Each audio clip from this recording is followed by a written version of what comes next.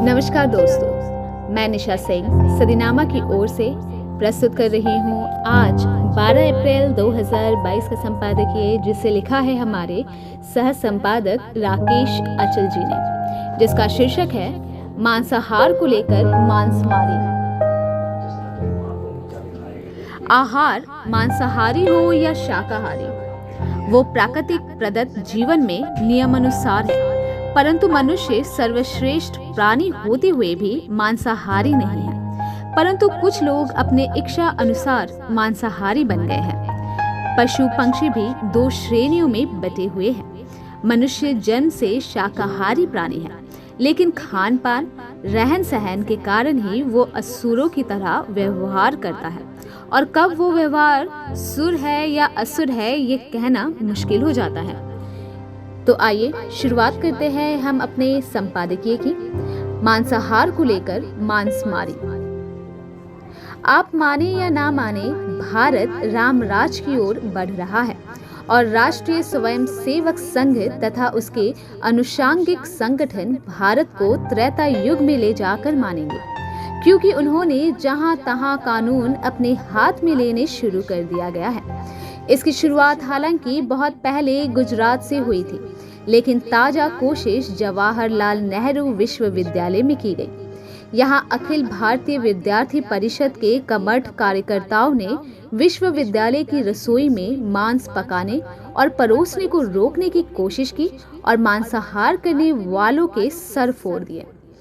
पता नहीं अभाविप के नौजवानों को त्रेता युग की सच्चाई से अवगत कराया जाता है या नहीं, लेकिन वे मांसाहार को लेकर जितने संवेदनशील दिखाई देते हैं, उससे जाहिर होता है कि उन्हें त्रेता युग के खानदान का ज्ञान नहीं दिया गया।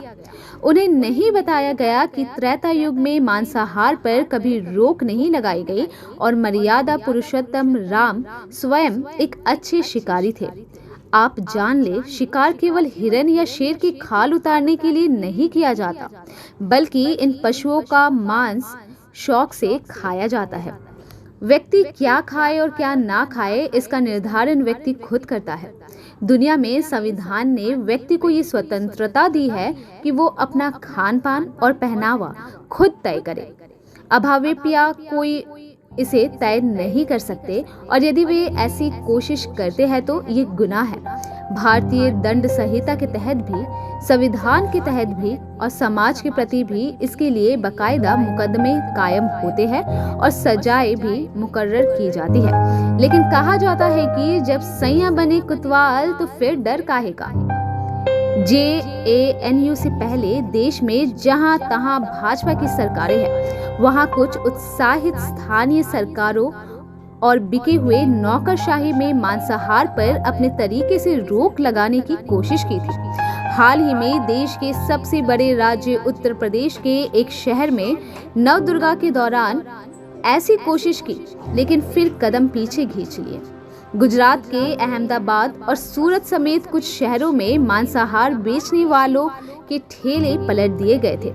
मांसाहार अच्छा है या बुरा, ये आप तय नहीं कर सकते। इसके लिए किसी सरकार को जब जनादेश नहीं मिला, तो अभाविप या उस जैसे दूसरे भगवा गमछाधारी संगठन भी इसमें हस्तक्षेप नहीं कर सकते। लेकिन दुर्भाग्य से ऐसा करने की कोशिश की जा रही है। मामले पर धूल डालने के लिए अब आरोप प्रत्यारोप चल रहा है। अभाविप कह रही है कि वामपंथी संगठन के सदस्यों ने एक हॉस्टल में अभाविप द्वारा आयोजित हवन पूजन में दखल देने की कोशिश की, जबकि भारत शासन का आरोप है कि अभाविप सदस्य किचन में मेन्यू बदलने के लिए हिंसा पर उतारू थे, और पुलिस का कहना है कि कोई बड़ी बात नहीं हुई। जाहिर है कि मामले पर धूल डाल दी जाएगी, क्योंकि सरकार भी ऐसा ही चाहती है। दिल्ली पुलिस आपके अधीन नहीं, बल्कि केंद्र के अधीन है, और केंद्र में सबसे पावरफुल आदमियों में नंबर 2 पर देश के गृह मंत्री श्री अमित शाह जी है। पुलिस उनकी है। मुझे पूरा यकीन है कि देश और दुनिया में कोई भी सरकार आदमी का खान पान तय नहीं कर सकती। भारत में भी ये नामुमकिन है, क्योंकि व्यक्ति का खान पान देश काल और भौगोलिक परिस्थितियां तय करती हैं। धर्म भी इसमें हस्तक्षेप नहीं कर पाता, चिकित्सक भी नहीं। हाँ, धर्म और चिकित्सक आपको खान पान के गुण दोष अवश्य बता सकते हैं। माने या ना माने ये आपकी मर्जी है। अब जहाँ चावल और मछली ज्यादा होती है वहाँ लोग इसी का ज्यादा इस्तेमाल करते हैं, और जहाँ परंपरा से ही मांसाहार किया जाता है वहाँ भी इसकी मुखालफत नहीं की जा सकती।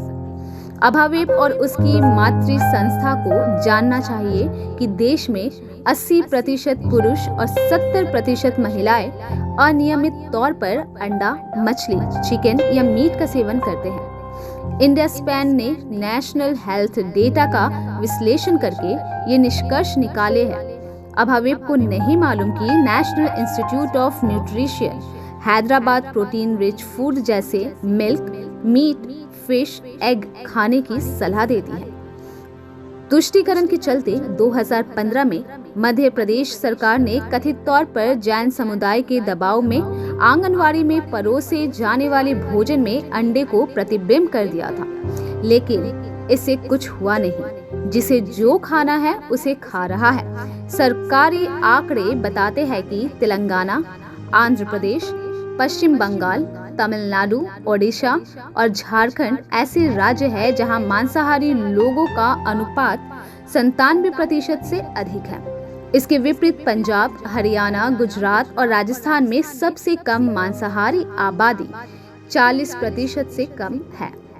अभाविप वाले यदि पढ़ते लिखते होते तो उन्हें ये पता होता कि खाद्य प्रसंस्करण उद्योग मंत्रालय के अनुसार वैश्विक मांस उत्पादन में भारत का हिस्सा 2.18% है।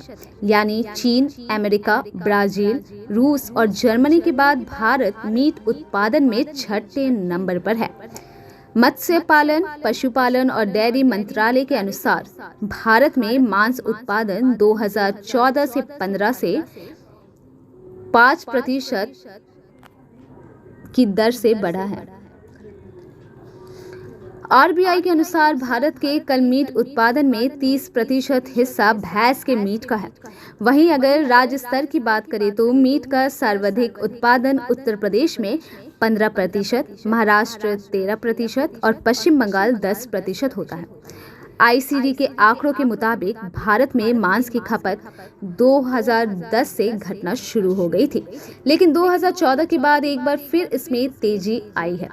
जाहिर है कि ये सब केंद्र में भाजपा सरकार बनने के बाद हुआ। भाजपा की सरकार ना भी बनती तो भी ये होता है।